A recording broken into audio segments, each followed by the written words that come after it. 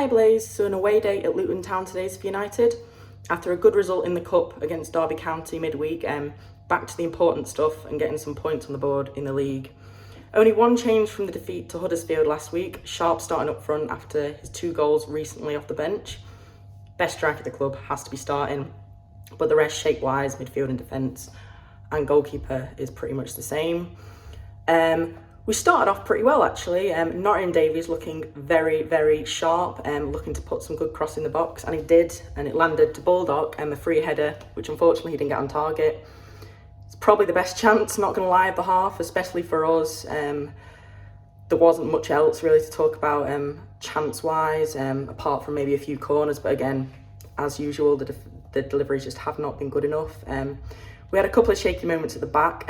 They had a quick long throw into our box, which Foderingham came out and punched. Completely took out their player and Egan, but he got plenty of the ball, so there was no problem there. Good goalkeeping. He also grabbed the ball from the foot of one of their attackers, so again, good goalkeeping as well. He hasn't actually done bad in the 2 matches that he's played so far. Hopefully that continues, because it's looking unlikely that we're going to get another goalkeeper in, really. So yeah, the defence hasn't looked too bad, but less said about the midfield, the better. As usual, they've been very slow on the ball. We've just not been quick enough for all this half. They've both kind of been laboured. Bird as well, to be fair. All 3 of them have been very laboured. Hopefully we can get a couple of other players on, maybe Luke Freeman early on in the second half, to get us playing a bit quicker, because we definitely need a little bit of a spark to see how that goes, and get an attacking midfielder in there maybe as well. But yeah, hopefully a better half to come, Blades, but I'll let the guys tell you how it went. Up the Blades! Hello, I'm just back from Luton. Going to give my review of the second half. Yeah, not good. I think a better team, a better standard of opposition probably would have beaten us quite comfortably today. Luton could have and should have probably had 2-3 goals. Again, I think the issues around the team, around our team, are playing for all to see. You know, we're lacking creativity, we're lacking the finishing up front, that sort of stuff. I was crying out for Luke Freeman to start the game, so I was happy to see him come on. But again, largely ineffective like the rest of our midfield in that second half. Tried to take a positive out of the situation. We've kept a clean sheet away from home, which is sometimes, you know, not the easiest things to do. I think under different circumstances that would be something to build on. It certainly doesn't feel like something to build on at the moment, but it is, you know, it is a positive from this afternoon, from that second half. Yeah, we need to improve, and we need to improve pretty quickly. Good evening, Blades. Fresh from another fairly disappointing performance against Luton there. It's a point though, you know, maybe it's a good sign, it's a point, it's a clean sheet. We need more going forwards, but it's better than a loss, is all we can say, you know, glass half full. So I'm here with some player ratings. So starting with Foderingham, I've gone for a 4. I thought for the most part he'd looked quite steady. I thought he was handling crosses into the box pretty well. He was coming out and claiming it. He was quite decisive. So if he said he was coming, he was coming. But that mistake in the second half, we were very lucky to get away with that. I'm not sure it was all his fault. I'm not sure the pass into him was the right choice, but he's got to be able to just clear that and not pass it to the striker. Would his rating be harsher if they'd not missed it? Probably. But since he's got the clean sheet, you know, it's the first one for him. And yeah, onwards and upwards, we'll give him a 4. So George Baldock started on the right, also going for a 4. Didn't play long. Unfortunately went off injured, and hopefully that's not a bad one and we'll see him back soon. But I thought today, defensively, I thought it was a little bit exposed down that side. I thought it's where they were most likely to create their chances from, and he's had a fantastic chance going forward that he's just not able to hit the target with. So I've gone for a 4. His replacement, Bogle. So Bogle has played the majority of the game. I'm also going for a 4. Don't think he was helped by the switch to a back 4, because obviously it limits some of his attacking creativity. But I just don't think he offered us enough really going forwards today. I thought he had a couple of bright moments, but I still felt if they were going to get a chance, it was coming down his side. And while he handled it okay, I don't think he handled it great. And so I've gone for a 4. On that side with him, obviously from the start, was Basham. I've gone for a 5 for Basham. I thought he handled the threat down that wing a little bit better than the wing-backs did. I thought he looked fairly solid, but had a few shaky moments. So I've gone for a 5. Next to him, John Egan. So I've gone for a 6. I thought when he was in the centre first half, he was obviously in a couple of battles with Adebayo, but he did quite well handling that. I thought he looked steady, and I thought when balls were in the box, they were handled with quite well, and his organisation is a key part in that. When we moved to a 4, I thought he was a little bit more exposed with Adebayo running at him. He got booked, which I thought was quite harsh. But for the most part, I thought he did handle himself pretty well today. I don't think we've given up much in terms of their creating chances. So I've gone for a 6 for Egan. Davis on the left, I've also gone for a 6. Similarly, I think in the second half, he handled himself well when we'd moved to the 4. I thought he wasn't exposed. He didn't make any big mistakes, and he was handling his man well, so they weren't creating chances. I thought in the first half, especially that first 10-15 minutes, the interplay down the left looked strong. I thought he was working well with Norrington Davis, and I actually think that could be a really promising partnership. So I've gone for a 6 for Ben Davis. Norrington Davis on the left, I'm giving a 5. Again, I thought he started really well. I thought he was whipping balls into the box quite nicely. I thought he looked like really causing a little bit of trouble down that left-hand side. And that brilliant ball in for Baldock, on another day results in a goal potentially. So I thought he started really brightly. I thought his influence then sort of weighed a little bit.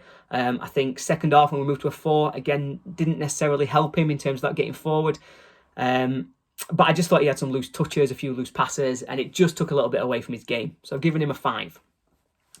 Into the midfield, so start with Sander Berge, a 4. I think it was a pretty typical performance from him so far this season. I think it was a bit anonymous. I think he had his bright moments where he's got the ball and run forwards a little bit, or he's played a nice pass, but it's just not enough. We expected him to be dominating games at this level, and whether it's fitness or something else, I'm not sure, but hopefully we'll be able to see a little bit more from him for the rest of the season. Next to him, Norwood. I'm also going for a 4.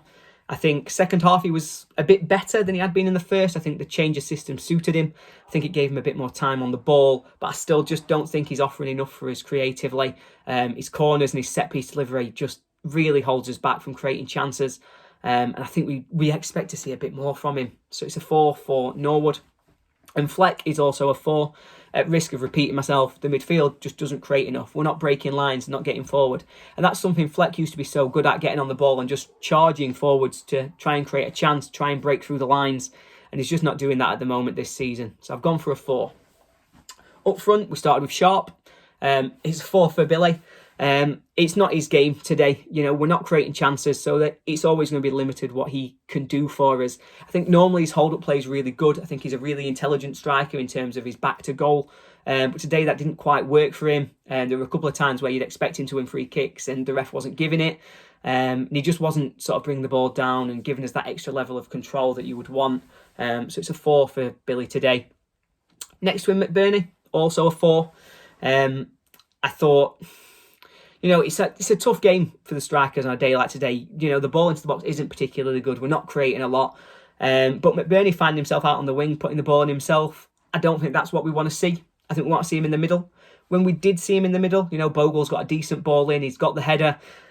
Could he have done better? Could he hit the target? Maybe. So I just think it was a little ineffective up front today. And I've gone for a 4 for McBurney. The subs. So we got Freeman on at half-time. We had a little bit of a change of shape. And I do think, did it help us? Maybe marginally. But I think Freeman was a relative bright spark. I've given him a 5. I think he was the best of our attacking players. I think he looked most like creating something. And there were a couple of times, where he's done quite well down the sides to get a ball in the box. His delivery deep to the back post was quite dangerous. His corner delivery is a little bit better. And I think he did have our only shot on target. As much as it was a bobbling, right-footed, deflected effort, it counts. It's the only one we got. So a 5 for Luke Freeman. And then the final sub, Brewster. Yeah, I'm giving him a 4. He wasn't on long, so it's hard to judge him too harshly. But he struggles to get involved in the game. And I think the one time he did show a real bright spark, he's got around his man, he's got to the byline, and he's absolutely smashed it over everyone's head out for a throw-in. And I just think that little bit of composure is just lacking at the moment. And I think we all want to see it work from him. I desperately want to see it work from him. But we need to see a little bit more than we're getting at the moment. In terms of the manager, Slivasir, I think he's done okay. I've given him a 5 for today. I think he got it right from the start. Like I say, I think it was a really promising start from United. It was probably the best we've looked in that first 10-15 minutes. I think a lot of that must be down to the way that he's worked on the training ground, the shape. We were faster, we were more attacking. After that, as Luton started to get more control over the game, he's changed our shape at half-time. Did it work? Not really. But you can see he's trying to affect the game. He's trying to do what he can. And Freeman was arguably, the brightest spark up front. And I think, maybe on another day that does make a difference for us. So I've given him a 5, and I think there's work still to be done there on us getting used to the way he wants us to play and getting into his shape. So fingers crossed, things are going to improve after the international break. It's been a poor start, but onwards and upwards. Hopefully we get some signings in, any signings in, and we can start looking upwards from the Peterborough game. Lads, ladies and gentlemen, positives and negatives.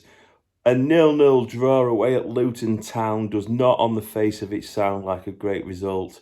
On the face of it, was it a great performance? Probably not. But it's a point. It's a point in the right direction, and there were some positives to take from it. Now, I'm going to have to start with a negative, and that was Slav's team selection.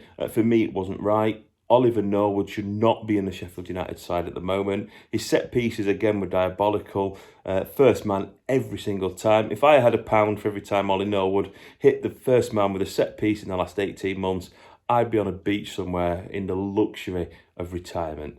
But sadly, I don't get £1 for that. Positives, West Fodringham, first half. League One Wes. Showing a bit of goalkeeping ability. I don't mean to be too harsh on Wes, but he did well. He did well first half. Second half, not so much. He was trying to take on centre forwards. I don't know, 145 minutes of good play, and he thought that he was a world beater. Lucky to get away with it. We were very lucky to get away with the offside goal in the second half as well. Luke Freeman, what does he have to do to get a start in the league? I don't know. I really don't know. But then when he is brought on, he's brought on for Chris Basham. Mind-boggling at times. I thought Reece Norrington-Davis, on his return to Luton Town, had a decent game, and Jayden Bogle took advantage of George Baldock's injury. Again, had a good game when he came on, but we're just lacking that composure in the final third. The positiveness is that we're getting the ball up top, but then it's just going backwards, and that leads to a negative. The amount of times we pass backwards or pass square. Sanderberg, come on, Sander. You're Luton Town away. For a player that's played in the Champions League, you need to be better than that. You need to take control of these games, and he simply wasn't doing it. John Fleck was a bit of a passenger as well, in all honesty. We've got a break now, a couple of weeks off before Peterborough in the league. Hopefully we can come back. It's 2 points from 5. It's not what we wanted, but the faith is there. The Blades showed a little bit of passion for the shirt today, and the win is just round the corner in the league. So keep smiling, Blades. Keep going. Up the Blades. Have a break. Refresh. Come back. And maybe, just maybe, Slav's a slow starter. We can start to climb that league. Well, Blades, where do we go from here? After another disappointing result, this time 0-0 away from home at Luton. I think we really have to start reading the tea leaves, and I'm going to start with our manager's telling comments after the game. Slavisa Jokanovic coming out and saying the board must follow up and do what they promised to do and help him refresh the squad. Well, time's running out, and who's the latest? Because every rumor I've heard about incomings has proven to not be true. We've had some outgoings, Tyler Smith, the latest on a permanent to Hull, rumors of Neil Warnock being interested in Ollie Burke, so if anybody is heading up to Middlesbrough, maybe just offer him a lift, I'll pay. But who's coming in? Who's coming in to replace those players? And more worryingly is a manager who is this open about talking about transfer dealings in the press. And by that I mean, if Slavisa Jokanovic was confident, truly confident, that his requisite 3, 4, 5 players were coming in the next week to refresh his squad, he wouldn't be in the press stating that the board must do what they promised. So he is clearly, in my estimation, feeling that he might have been sold a bad bill of goods with taking this manager job. And if it comes past the deadline and those incomings aren't here, what's Slavisa Jokanovic going to do? I don't know that he's going to walk. I'm not saying he is. But are we going to have a disgruntled manager a month into the season because Steve Bettis, Prince Abdullah couldn't get this done? It's a worrying time now. I was the one on the first couple where do we go from here saying let's not panic, and I'm not pushing the panic button yet, but we've got a team that's just not performing. We've got a manager who's not happy. We've got a fan base who's getting increasingly impatient with the quality of football on the pitch. So all that cohesiveness, all that togetherness that we had in the Chris Wilder era is just flat out gone. And time is running out to get it back. So on that bright note, Blades, I'll say, until next time, let's hope that the next time we all chat, we've got some new players to really be thrilled about. Until then, up the Blades.